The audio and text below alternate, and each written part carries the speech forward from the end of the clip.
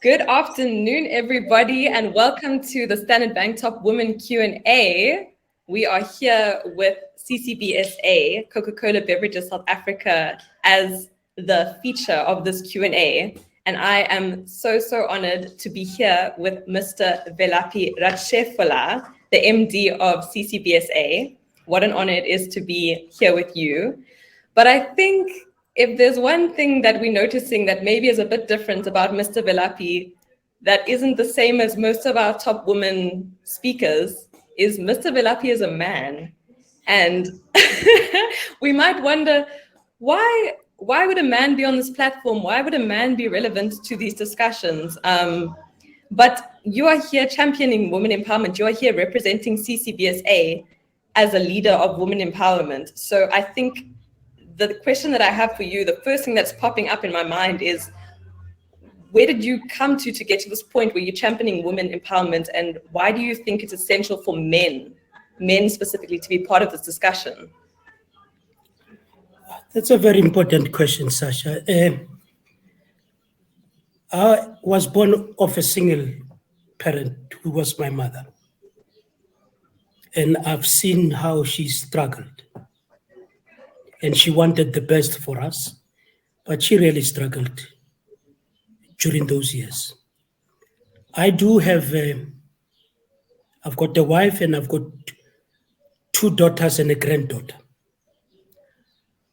I've got a dream that I don't want to see them ever not reaching their full potential because they are being discriminated because of their gender.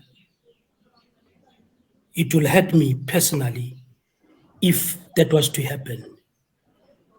And I think all of us come from the old apartheid era, and we've got to make sure that we contribute towards eradicating any form of prejudice, any form of discrimination.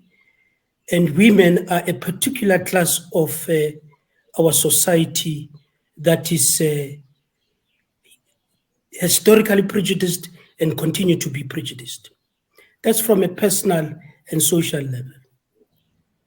From a business perspective, I just have a firm belief that God has given all of us talents. He spread the talents equally among all the people of this country. Therefore, where we've got a high number of females in the society. So if you want to compete locally and globally, and you do not harness the talents of all your people, which includes women, it means you will be going to war with one hand tied behind your back from a business perspective. So it is not just a social and a fashionable thing, it is a business imperative also. And most importantly, it is the right thing to do. Jeez. Especially coming from the place where you're speaking about, you take it from your personal experience. You have a whole family of women that you're thinking about as well. So that's coming into the passion of what you're doing. And I think that's clearly, I was watching you on the main stage as well. You mentioned as well that quote that says, I can't be free unless everybody is free, I can't move on and be free. And I think you also tied it into how South Africa has such a divisive past. Obviously, there's me and you having this discussion now, and you would think, wow, this is so progressive, a white woman, a black older man, a young woman, older person. You would think that, we've come so far, but obviously there's still so much way to go. And I know one of CCBSA's highest values is inclusivity. So women empowerment obviously is something you guys value a lot, but how is CCBSA championing inclusivity as well as women empowerment, but in a way also, as you mentioned in your talk, not in a tick box approach, not in a way where it's just for the scorecard, for the BBEE scorecard, in a way that it's actually tangible? Yeah, I think, firstly, our business, if you look at our supply chain, our customer base in the main has got a lot of women that are making decisions to whether sell our products or not sell our products. You go into the villages and townships, it is women that are manning. When I talk of local South Africans, it is women that are manning those stores. When people go into the different big retail stores, it is women that make a choice as to what product we buy. And sooner or later, they'll make a call that it's not just about the quality and price of the product, it's also what the product stands for. They will make that decision. Therefore, we want to be at the forefront of making sure that when those decisions are made, we remain relevant. So we do a number of things. We drive a lot of, from an employment perspective, we are very clear that we will have 50-50 by the end of, at leadership level, by the end of this financial year, which is December, which is very, very important. And we must develop a pipeline of talent to make sure that that succession that reflects that diversity. When we speak about procurement, and which is quite big for us, it is important that we also reflect suppliers that are reflective of that the gender diversity. And by the way, in my career, I'm almost 30 years in the beverage industry.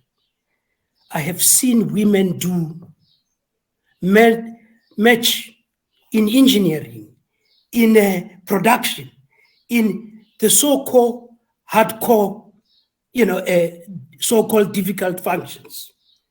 They do excellent. And for me, what I like, and those that do well, is those people that don't abdicate their femininity. They are still women, and they bring themselves every day to work. So yes, it's on the supply chain, it's in the employment area, and it's also in the communities where we support communities and so forth, and women. And that's another saying that says, if you want to feed the nation, give the money to the woman. Because they are the mothers that are bringing our society to life. And the more we take care of them, the more we bring about a society that is value-based, diversity-based, and that will be a better society than what we've got today. So yes, we do a number of programs that very happy. One of the programs that I'm very happy about it, we've got, and I think most organizations do have, we've got a forum for women across all the organization, from a cleaner to a director, where they share ideas on every month or every second month. They share ideas and they support each other. We want them to support each other. But the one I'm particularly happy about is because women cannot be free by themselves. We have got to play a critical role so that it's not just Velapi in CCBSA.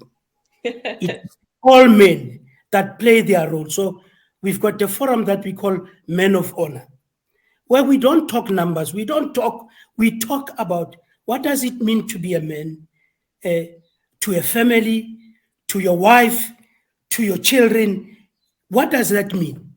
And so for me, those are some of the practical things that we are doing to make sure that we can not only have the numbers, but we can change the attitudes and the mindset of all people. I think it's clear. We can all see right now, you are one of those people, one of those men who are actually, you are passionate about this. You are doing this right now.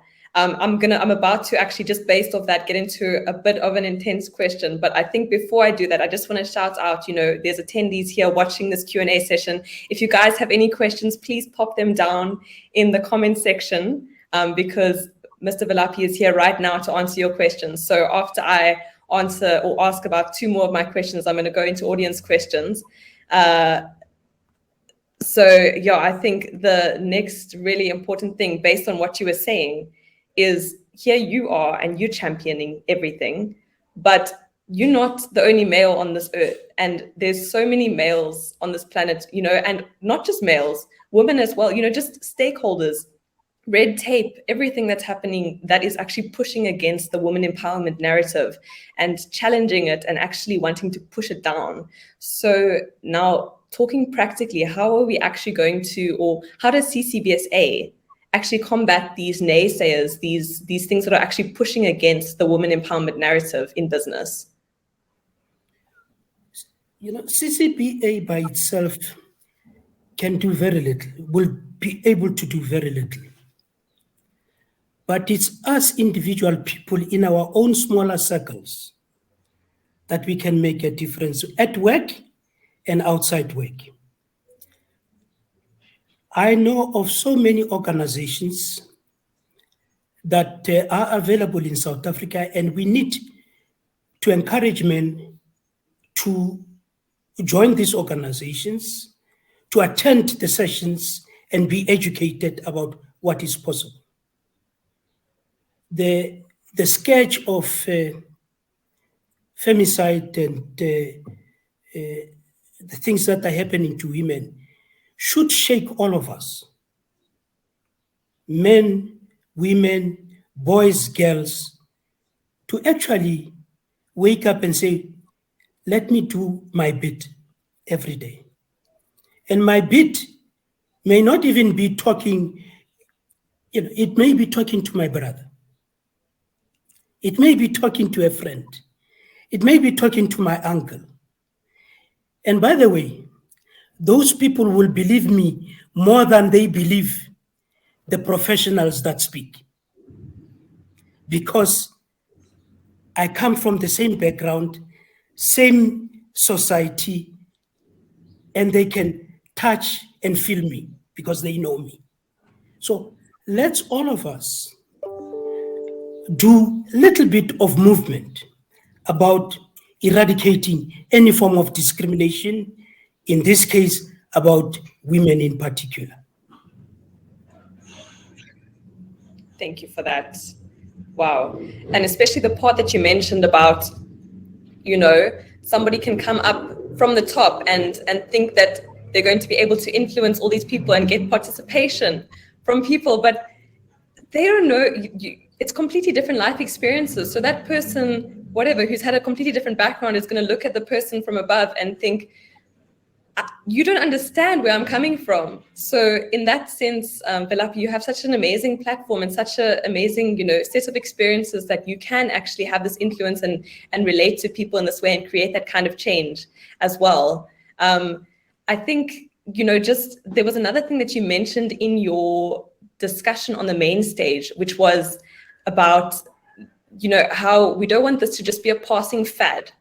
We don't want women empowerment and all of this to just be one of those things. And that also ties in with CCBSA's initiative and core value of sustainability right now. And so I'm thinking, as my final question before I get into the attendee questions, how does it intersect sustainability and women empowerment, and how can we actually ensure that this isn't just a fad that's going to pass by? It's not just to tick something off. It's going to be there for the future, and it's going to empower, people like me, in the future. It's not just going to be there just to tick a box. How do we ensure it's sustainable women empowerment?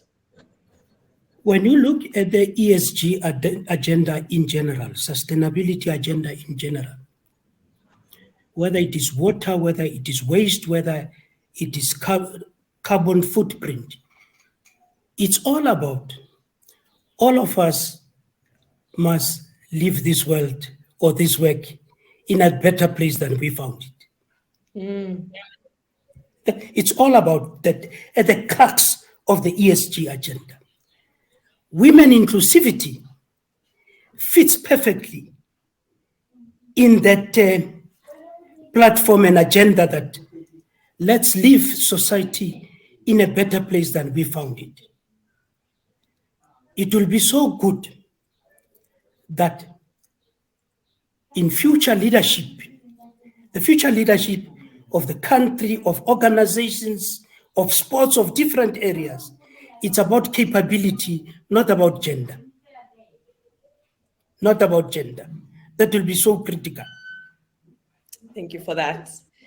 I think I see that there's one attendee who's actually at the bottom of the screen, almost popping in, wanting to join this discussion. She shared her audio and video and actually wants to ask us a question right now. So I see there's one in the comment section, and then she's also here. I'm going to let Monica in right now, and all the other attendees who are watching this Q&A session, please feel free to put any questions you have for Velaphi in the comment section, and share your audio and video if you'd like as well. You can join this discussion, and we'll give you just maybe 10 or 15 seconds to just share your question, and then we can get Velaphi to obviously respond, because that's what we're here and now for right now. So Monica, the stage is yours.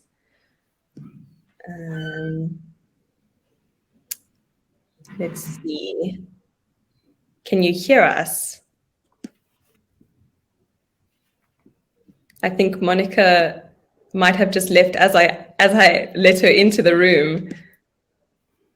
So in the meantime, I'll go into the question on the side, which is something that two other attendees also liked. So clearly it's a very important question to our attendees. How does one become a supplier or become part of the Coca-Cola vendors list? I didn't expect that to come, but that's a very valid point. They come from all sides. You never know. You never know what the people want. The people want. You did warn me earlier that I must be. The Rot is there with a laughing face in the comment section. We've just completed a supplier development almost boot camps of some sort. This time, rather than to have a big supplier development conference where we're looking at either our sports suppliers as to how we grow them or the new ones that want to join us, we have piloted a concept where we did one in Western Cape, in Cape Town. We did one in Gqeberha. We did another one in Johannesburg, and I think we'll be going to Durban. If it's not this week, it's going to be next week. So to an extent that you hear those platforms, please join. The one thing I like with these programs that we're doing, it's that they are smaller, much more intimate, so we can give attention to talk to people rather than big conferences. And the other dimension that we're doing is to bring other companies, even not in our field, so that those companies can come and listen to potential suppliers that we are working with, so that because what's critical with Black or female suppliers is that you don't want them to be just reliant on one supplier. The more they can broaden their portfolio of customers, the more sustainable they will be, so that they're not just dependent on CCBSA. So we've got those, but if you're on our website, you should be able also to see how to get in touch with our procurement, in particular, the supplier development team. Thank you. 100%. Thank you for that comment.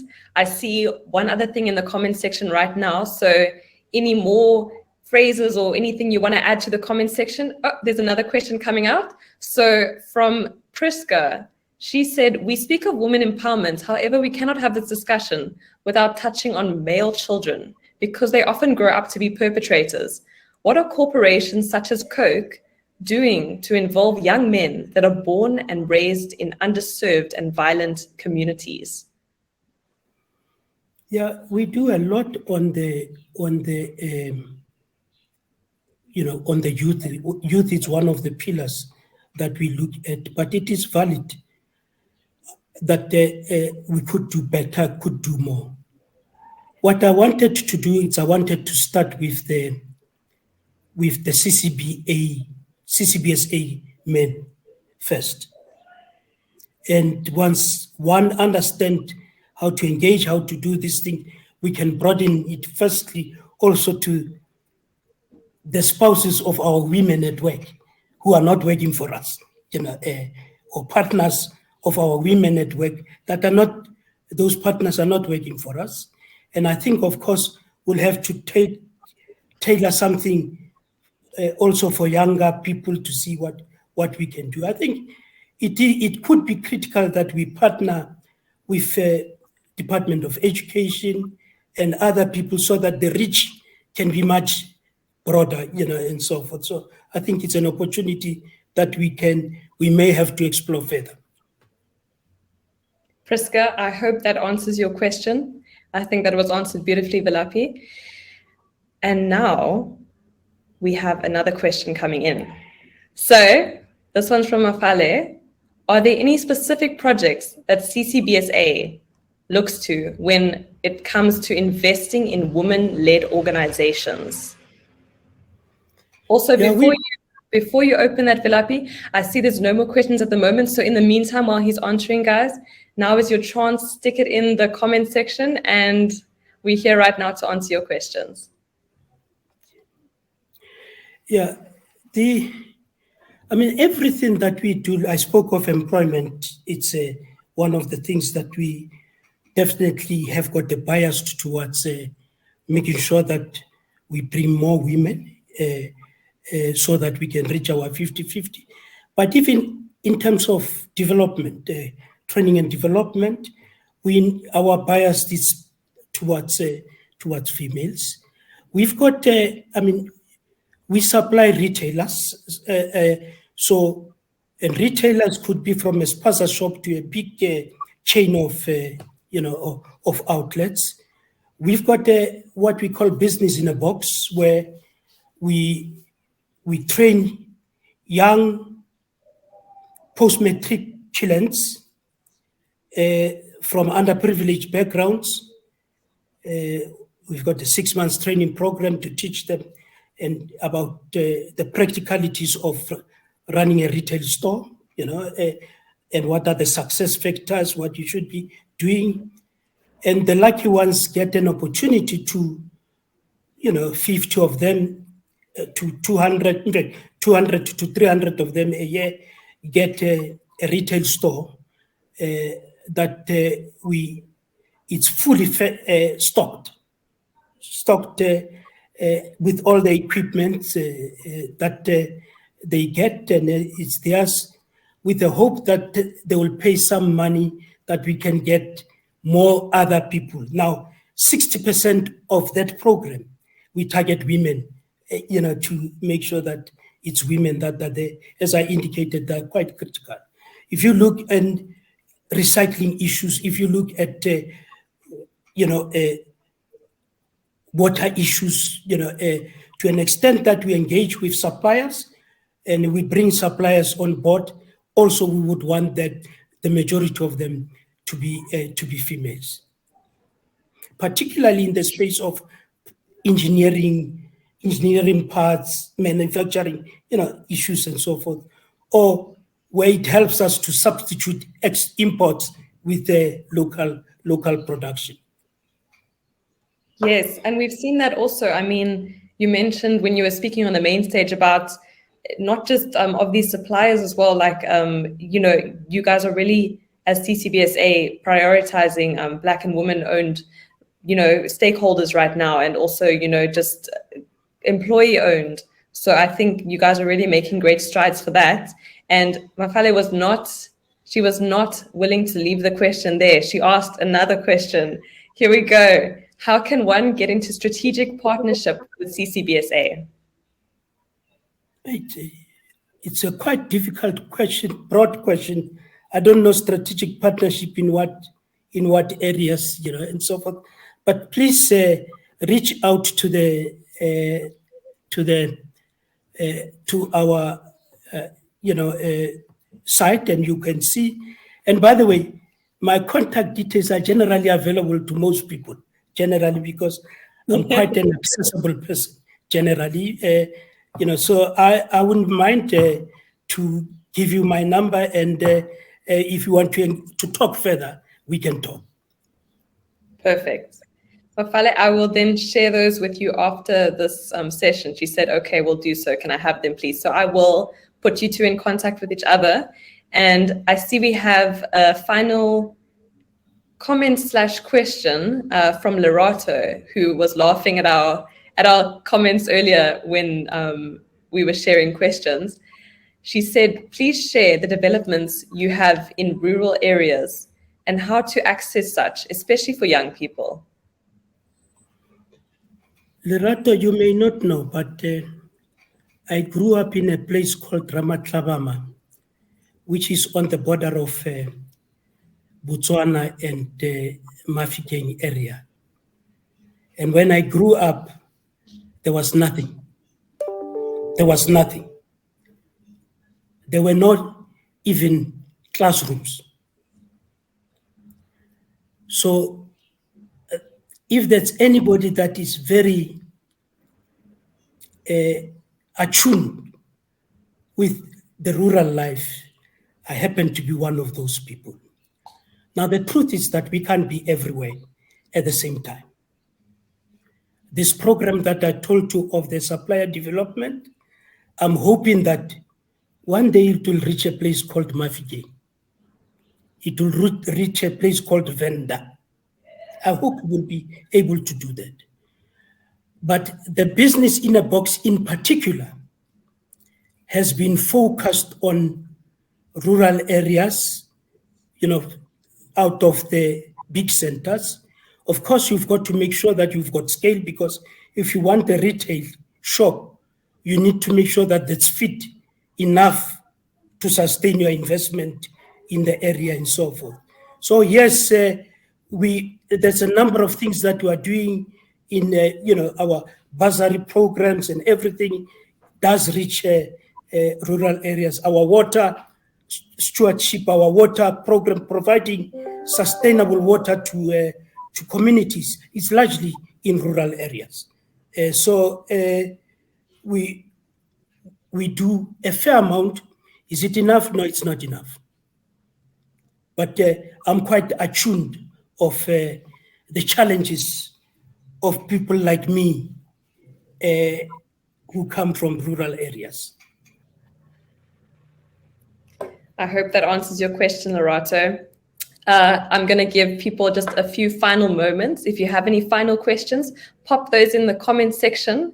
But I think right now there's one question, and I did sort of touch on it earlier, but I think just also as a young woman, some of us, we're in the workplace, we're wondering, how can our voices be heard? This whole conference is rise above the noise.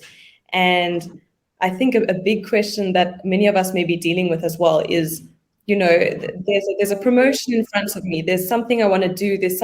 But there's someone in the way, whether it's a man or someone who's not pro-women empowerment. So how can we as women, just sort of from your perspective, Elapi, I think, often it's woman to woman talking to each other, but how can what would you say is the best thing that we could actually be doing to put ourselves forward in what you would say is a male-dominated industry in many instances? How can we let our voices shine? And what have you seen women doing that really makes them stand out and rise above the noise from your perspective? Firstly, this Standard Bank platform, it's very, very critical. I'm not sure if Standard Bank knows what critical role they are playing to persevere even during difficult times with this platform. So we need more of these platforms to educate people. And to an extent that you are aware of best cases, successful cases, and maybe we need to invite people to come to CCBSA and other organizations to come and share their stories in a much more intimate, by the way, people that are opposed to this and that don't want to be open-minded, is people that are opposed to learning. They don't read, they don't study, they don't attend, they don't attend workshops and all of that, so to open your mind. So we must find a way. If they cannot go to those sessions, we must find a way for individuals that were participating in the 2-day session, some of them, to go to those people and make sure that we can create, maybe they are much more safe in their workspace, that we can then come and talk the difficult issues in their, and show them that at the end they will benefit. You know, when you've got a difficult person in front of you, I think the person tells you, I'm scared. We need to remove that fear out by showing them how they will benefit together with the organization. That's what I would say. Thank you. I actually wanted to leave a dramatic pause after that because that was some golden words. And, you know, here we are, we have women laughing in the comment section. Larata was laughing earlier. Priska's laughing now. I think just the energy that you also brought to the conversation and the Q&A is very much appreciated. And especially when you got passionate about, you know, the people who aren't joining the sessions and everything like that. I think that is something. I think if anything that we can take away from today is you must keep learning. You must keep putting yourself in these things where you can learn and grow and have these conversations. And that's what we exemplified today. So Velafi, thank you so much for this Q&A. I hope everybody's questions got answered. And Bukle said, thank you for your insights. So I think with that, that is our Q&A over and out. Priska said, congratulations. Thank you. Thank you very much. Awesome. I'm a boy from Ramatlabama, so don't forget. I come from Ramatlabama. Thank you. Cheers. Thanks, Velafi. Thank you.